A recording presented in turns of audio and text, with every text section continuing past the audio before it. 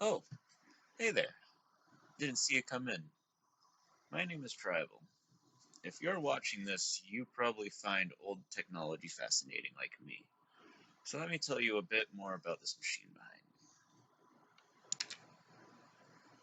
So this right here is and was my grandfather's Packard Bell Force 2010 Plus. That might not be significant of a name to you, but it is to me for a couple reasons. First of all, I can't find it on this Wikipedia page that's dedicated to keeping track of all of the old desktops that they had. And I also don't have it operational right now because the CMOS battery has leaked onto the motherboard, and that needs to be repaired before we decide to boot it.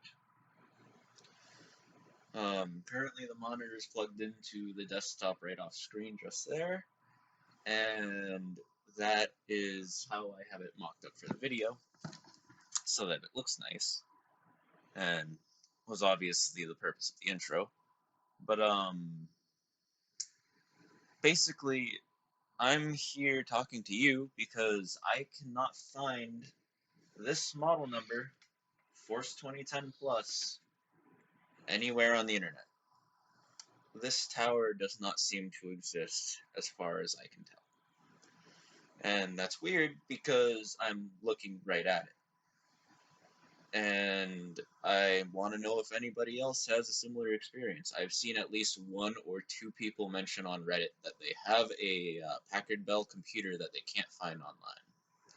So, if you're watching this video looking for other Packard Bell machines or trying to find yours, if yours looks like this, you might have something that might be relevant to what we're trying to talk about here. Even if it isn't a Force 2010 Plus, I would still love to hear anything and everything about what you have and what you know about it.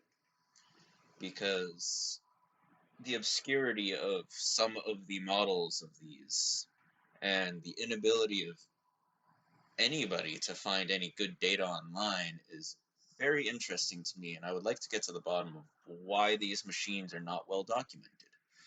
And if I am the only person left with a Force 2010 Plus, how valuable is this machine? And what other secrets does it have for me? And these are really good questions.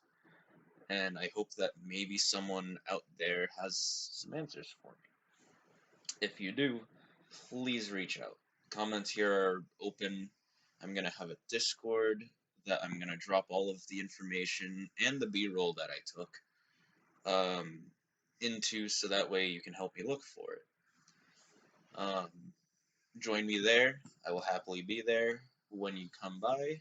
And yeah, let's have a talk about this because Packard Bell didn't document what they needed to document very well. Or at least so it seems. It's kind of hard to tell exactly why these machines can't be found online. It's very interesting. This particular machine has an Intel Overdrive CPU, a 486 motherboard, I believe anyway, an unknown amount of RAM, unknown to be currently working power supply anyway. It probably worked when it was taken from my grandfather when he moved. So I want to know more about it, and hopefully we can get to the bottom of that. This also leads me to our next topic, the monitor. I don't necessarily have a significant amount of reason to believe that it was the monitor sold with this computer, but I also don't have any evidence that it wasn't.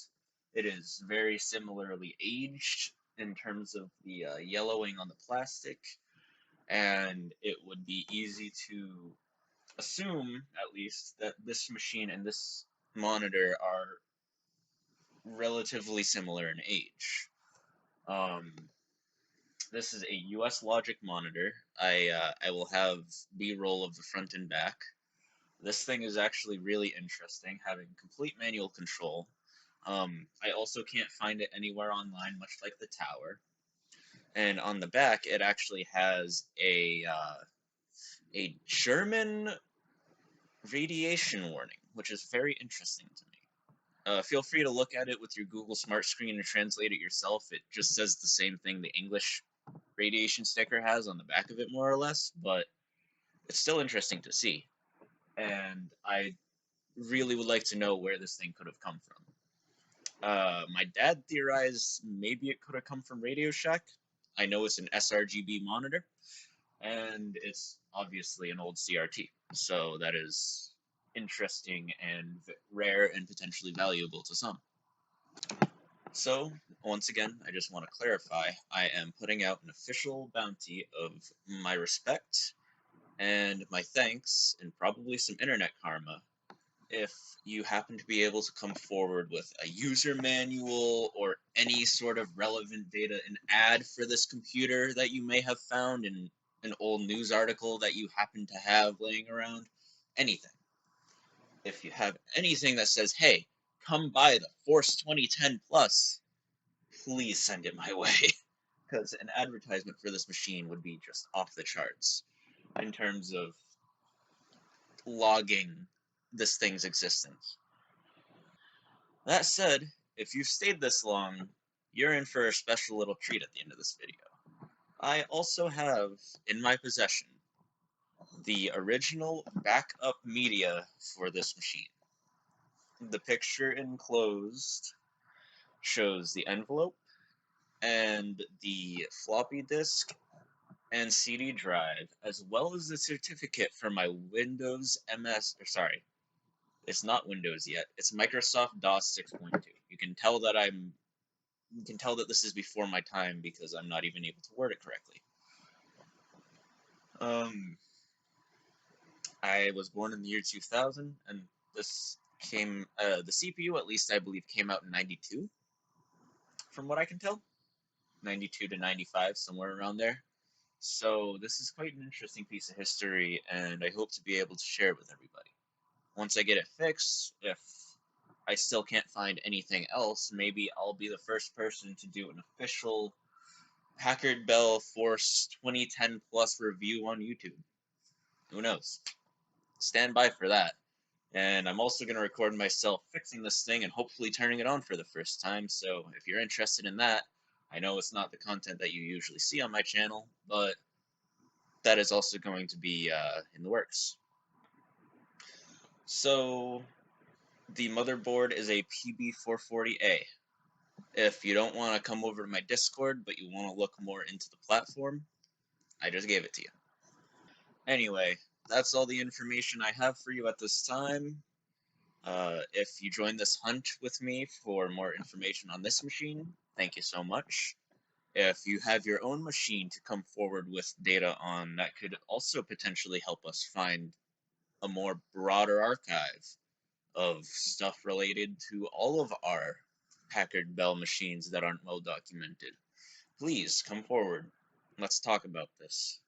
Throw it in my comments.